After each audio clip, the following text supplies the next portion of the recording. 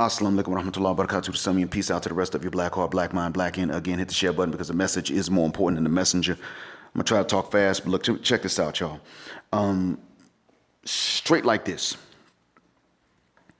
I want to give a shout out to Alsar and thank you for bringing my attention and memory to about 5 years back. I think 2015 was the year that Rachel Dolezal got busted, if I'm not mistaken. I remember that story because I think I was getting ready to go back to the States for my first visit ever since landing in the Gulf.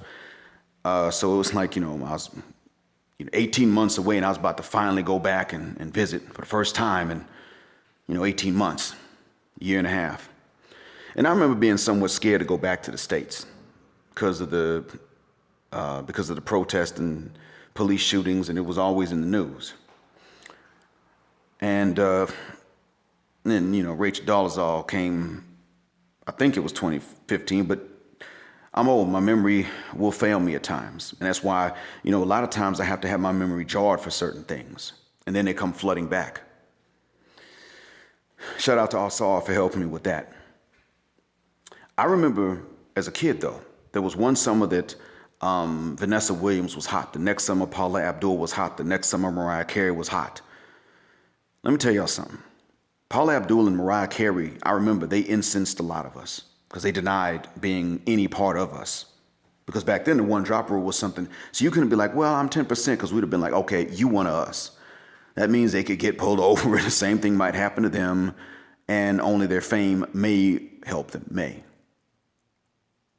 That's what happened. That's what that was about. So that being said, that kind of incensed us a little bit, but we let them entertain us and try to make them us against their will. But mind you, they weren't coming from the States anyway. They were actually coming from places where you don't have the one drop rule. Long story. Point is, they kind of made the soil fertile for this reaction today. But then the catalyst, I think, was Rachel.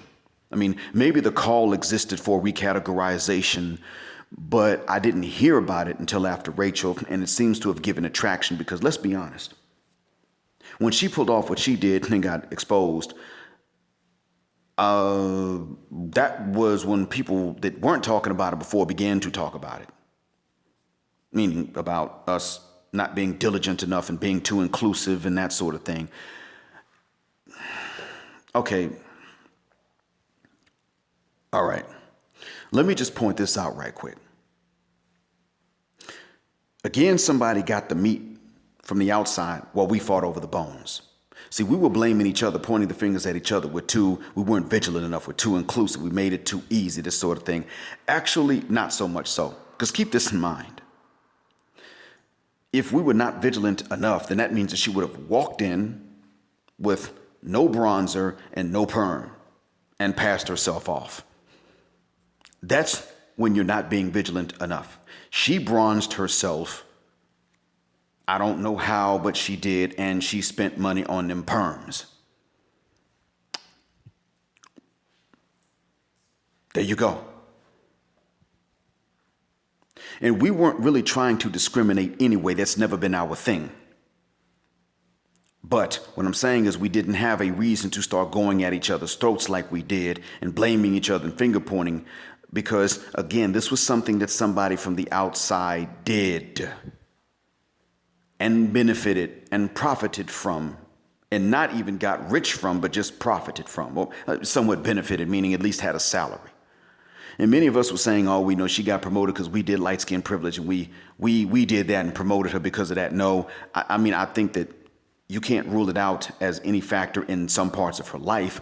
But by the same token, when it comes to jobs, let's be honest. We do require each other to work. That is when we do require each other to work before we kick out money and positions.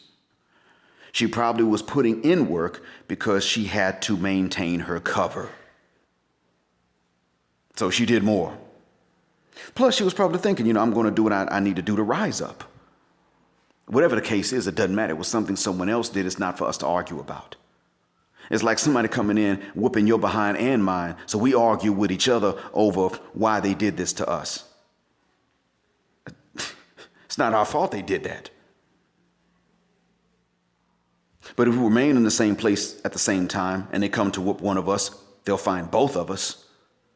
And then we can decide how we're going to punish them and make it difficult. Oh, okay, well, they walk in and then hear the door close behind them and they didn't close it and turn around and see both of you. Then you can decide that since you ain't going to get out of this with no butt whooping, neither is he. You could do that, but that's not even what we did. I mean, we've never done that. What I'm saying is this call that we have for more division, even though I don't hate those that are calling for it if they're calling for it unhatefully, the fact is that the call is again a reaction to what somebody from the outside has done. Now, I have said that many people that are on the beige side of the argument that are calling for this are reacting by pulling away.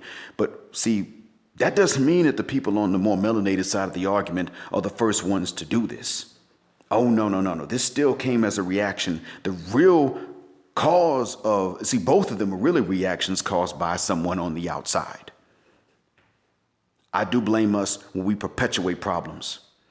I'll blame us for problems that we actually start if we start them, and I'm aware that it was us that started them. But this does not seem to be part of the problem that we started with each other. No, this seems to be something that, or an effect of something someone else started. Because let's be honest, neither one's going to benefit from more division. If that was the case, and we were talking about this, people would start getting picked off who were calling for this on both sides. If this really was going to help out us, then we would get picked off one by one for talking about this. We're allowed to talk about dividing up even further because it doesn't benefit us and it will benefit those who hate us. Make no bones about it. I know, I've been in the job market. I was in the job market in the States for a long time. With no light skin privilege in that job market. Even in Atlanta, it wasn't there. I had experience going into college. I had some work experience in my first undergraduate field going into college. So when I got out, I had experience and a degree, and it didn't make a goddamn bit of difference at all. It never helped, not once. I also was underemployed and unemployed all my adult life in the United States with an exception of 14 months. And lost that. And it was racial and political. We couldn't prove it, but we could tell. And so, that whole, what I'm saying is that I've seen that privilege does not really extend to the pocketbooks. So what I'm getting at is that a lot of what we've been through, especially the negative stuff, has been because of somebody else in the beginning, and then our reactions to it where we're extra hard on each other. And this is just one example of that. But let's cut the mess. We got to stop and ask ourselves, are we really reacting to each other, or are we both reacting to somebody else that has been doing this for a long time and by now knows what they're doing? Ponder that. Think about that for the rest of the day and tonight.